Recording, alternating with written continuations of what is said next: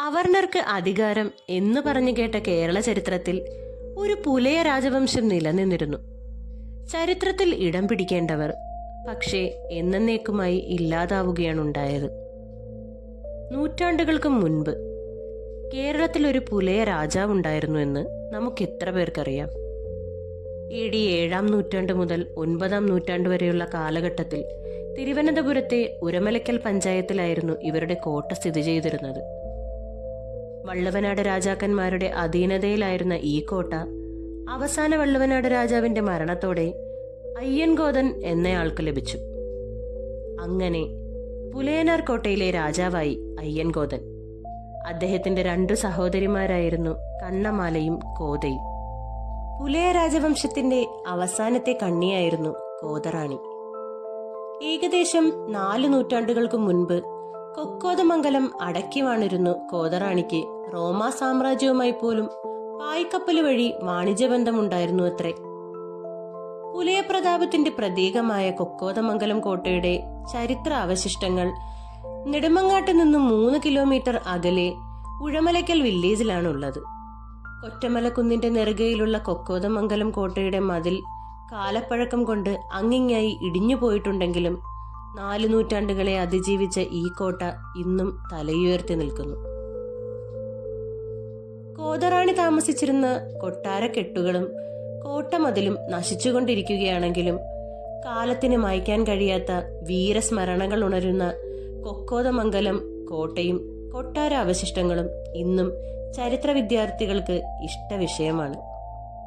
കോതറാണിയുടെ ഭരണത്തോടു കൂടിയാണ് ഇളവള്ളുവനാടിന് കൊക്കോദമംഗലം എന്ന പേരുണ്ടായത്. കൊക്കോദമംഗലം റോഡിലൂടെ യാത്ര ചെയ്താൽ കൊറ്റമലയിലെത്താം. കോതറാണിയുടെ സഹോദരനായിരുന്ന പുലയനാർ കോട്ട രാജാവിൻ്റെതായിരുന്നു പുലയനാർ കോട്ട. അതിന്റെ അവശിഷ്ടങ്ങളും സംസ്ഥാന പുരാവസ്തു വകുപ്പിന്റെ അനാസ്ഥ കാരണം നഷ്ടപ്പെട്ടു കഴിഞ്ഞിരിക്കുന്നു. ഇന്നവിടെ ദക്ഷിണ മേഖല എയർ കമാൻഡുമാരും കടകംപള്ളി ഹൗസിംഗ് കോളനിക്കാരും ഹെൽത്ത് സർവീസുകാരും ചേർന്ന് കയ്യേറ്റം നടത്തിയിരിക്കുകയാണ്. 336 ഏക്കർ വരുന്ന പുലയനാർ കോട്ട പുലയരുടെ ആസ്ഥാനമായിരുന്നു. കൊക്കോദമംഗലം കൊട്ടാരത്തിൽ ശത്രുനാശത്തിനുതകുന്ന കിടങ്ങുകളും മുതലക്കുളങ്ങളും രാജ്ഞിയെ ഏർപ്പെടുത്തിയിരുന്നു. വലിയ കളരിയാകട്ടെ യോദ്ധാക്കളും കാട്ടാനകൾ കാക്കുന്ന കോട്ടവാതിലുകളും കൊണ്ട് സംരക്ഷിക്കപ്പെട്ടിരുന്നു. അവിടുത്തെ കിണറ്റിൽ നിന്നും പുലയനാർ കോട്ടയിലേക്കുള്ള ഒരു ഗുഹാമാർഗം തന്നെ ഉണ്ടായിരുന്നു. കൊല്ലിനും കൊലയ്ക്കും അവകാശമുണ്ടായിരുന്ന കോതറാണി സവർണരുടെ പേടി സ്വപ്നമായിരുന്നു. അതിനാൽ അക്കാലത്ത് സവർണ പ്രമാണിമാർ കോതറാണിയോട് കടുത്ത അസൂയയിലും സ്പർദ്ധയിലുമാണ് കഴിഞ്ഞിരുന്നത്. ചേര രാജവംശത്തിലെ അവസാന കണ്ണിയായ ആറ്റിങ്ങൽ രാജാവ് കൊക്കോദമംഗലത്തെ ചില കരപ്രമാണിമാരായ നായന്മാരുമായി ചേർന്ന് കൊക്കോദമംഗലത്തെ ആക്രമിക്കാൻ ഗൂഢാലോചന നടത്തിയിരുന്ന കാലം. അന്നത്തെ ഒരു ചരിത്രരേഖയിൽ കോതറാണിയുടെ പുത്രി ആതിരറാണിയുടെ തെരണ്ട് കല്യാണത്തെക്കുറിച്ച് സൂചിപ്പിച്ചിട്ടുണ്ട്. അതിൽ രാജ്ഞി കരപ്രമാണിമാർക്ക് നൽകിയ തിട്ടൂരത്തെക്കുറിച്ച് സൂചിപ്പിക്കുന്നുണ്ട്. രാജകുമാരിയുടെ തെരണ്ട് കല്യാണത്തിൽ സഹകരിക്കുകയും വേണ്ട ഒത്താശകൾ നൽകുകയും ചെയ്യണം. അല്ലാത്ത പക്ഷം അവരെ പുല്ലോടെ പുരയോടെ കല്ലോടെ കരയോടെ ചോദ്യം ചെയ്യുന്നതാണ്. ഇതിൽ നിന്നും രാജ്ഞിയുടെ ശക്തിയും പ്രതാപവും നമുക്ക് തിരിച്ചറിയാനാകും. രാജകുമാരിയുടെ ആജ്ഞ കരപ്രമാണിമാർ ശിരസ അനുസരിച്ചുവെങ്കിലും അവരിലെ പ്രതികാരാഗ്നി ആളിക്കത്തിക്കൊണ്ടിരുന്നു. ഒരിക്കൽ ആറ്റിങ്ങിൽ നിന്നുള്ള കുറെ കൊശവന്മാർ കൊക്കോദമംഗലം കൊട്ടാരത്തിലെത്തി. മൺപാത്ര വിൽപ്പന നടത്താനായിരുന്നു അവരെത്തിയിരുന്നത്. കൊശവരിൽ നിന്നും പാത്രങ്ങൾ വാങ്ങിയത് കോതറാണിയുടെ സുന്ദരിയായ മകൾ ആതിരകുമാരിയായിരുന്നു. പാത്രങ്ങൾക്ക് പകരം രാജകുമാരി അവർക്ക് നെല്ലായിരുന്നു അളന്നുകൊടുത്തത്. കൊശവന്മാർ വീട്ടിൽ ചെന്ന് നെല്ലളക്കുമ്പോൾ അതിൽ 6 അടി നീളമുള്ള ഒരു തലമുടി കണ്ടു.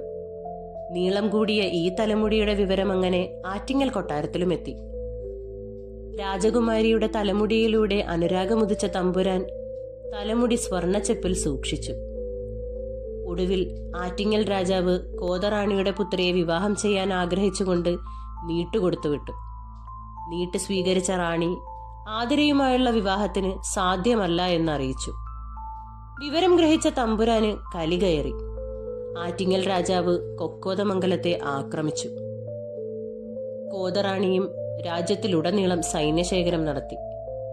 കിടങ്ങുകളിലെല്ലാം മുതലകളെ നിറച്ചു. കോട്ടയ്ക്കുള്ളിലും പുറത്തും മതയാനകളെ നിർത്തി. വേട്ടനായ്ക്കളെ തുറന്നുവിട്ടു. മല്ലയുദ്ധ വീരന്മാർ കോട്ടയ്ക്ക് കാവൽ നിന്നു. കോതറാണിയും മകൾ ആതിരറാണിയും സൈന്യത്തിന് നേതൃത്വം കൊടുത്തു. ദിവസങ്ങളോളം ഘോര യുദ്ധം നടന്നു. ഇരുപക്ഷത്തും വലിയ ആൾനാശമുണ്ടായി. ഒടുവിൽ കരപ്രമാണിമാർ ചതിച്ചു. റാണി ഒറ്റപ്പെട്ടു. വിവരം ഗ്രഹിച്ച റാണിയുടെ സഹോദരൻ പുലയനാർ കോട്ട രാജാവ് തന്റെ സൈന്യങ്ങളെ അയച്ച് ആറ്റിങ്ങൽ രാജാവിന്റെ മറവപ്പടയുമായി ഏറ്റുമുട്ടുകയും ആറ്റിങ്ങൽ കൊട്ടാരം തീവയ്ക്കുകയും ചെയ്തു. ഇതിനിടെ കോതറാണിയെ മറവപ്പടകൾ നെടുമങ്ങാടിന് സമീപം വെച്ച് ഒരു വൻമരം മുറിച്ചു വീഴ്ത്തി കൊലപ്പെടുത്തി.